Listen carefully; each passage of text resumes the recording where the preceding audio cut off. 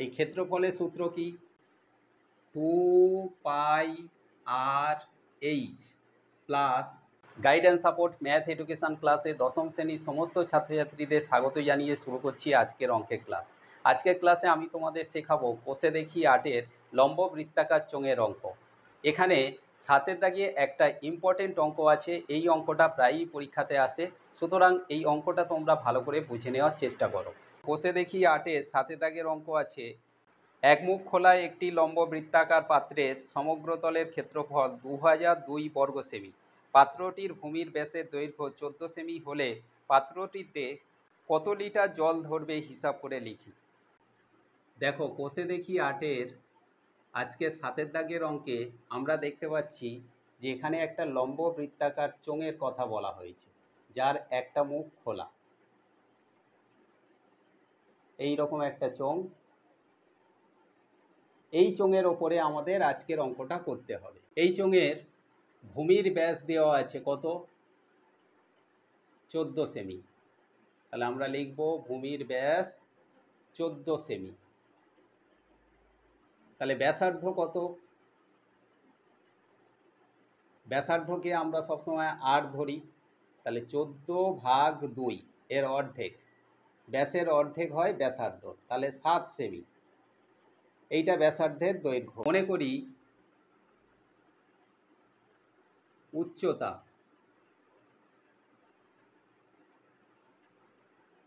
উচ্চতাকে H ধরা হয়, সমান এইচ সেমি। এবারে আমরা লিখব সমগ্র তলের ক্ষেত্রফল।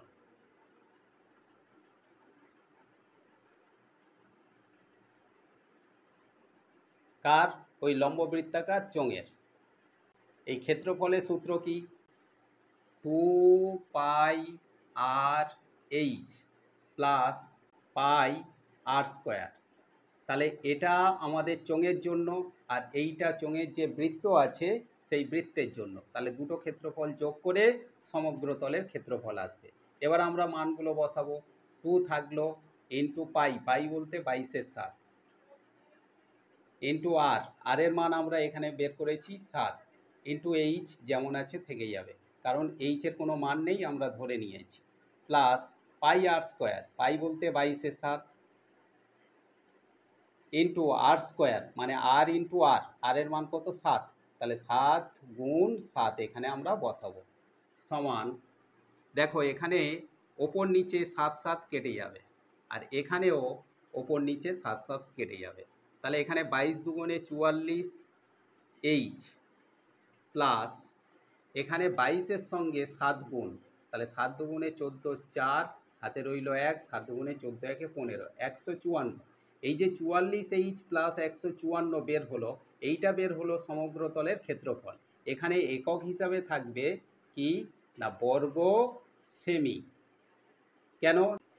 ক্ষেত্রফল হওয়ার জন্য বর্গ হয়, আর একক হিসাবে আছে সেমি, তাহলে বর্গ সেমি। কিন্তু আমাদের অঙ্কে দেওয়া আছে যে সমগ্র তলের ক্ষেত্রফল 2002 বর্গ সেমি। তাহলে আমরা লিখব শর্তানুযায়ী 44 এইচ প্লাস 154 সমান 2002, বা 44 এইচ থেকে গেল এপারে, সমান ওপারে রইল 2002 মাইনাস 154, বা 44 এইচ সমান 2002 থেকে 154 বিয়োগ করলে আমরা পাবো 1848, বা এইচ সমান তাহলে কত না 1848 বাই এই 44টা। এটা আমরা কাটাকাটি করলে পাবো 42।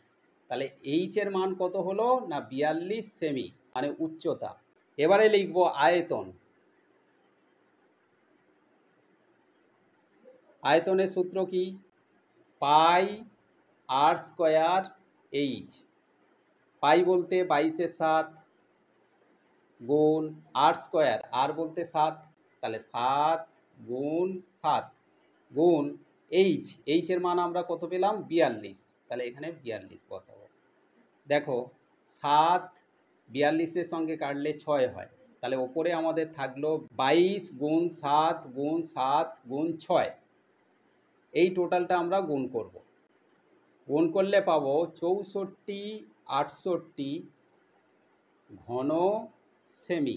আয়তন সবসময় ঘন হয় আর ক্ষেত্রফল সবসময় বর্গ হয়, তাহলে এত ঘন সেমি। এখন এই যে ঘন সেমি পেয়েছি, এই ঘন সেমিকে আমরা 1000 দিয়ে ভাগ করব।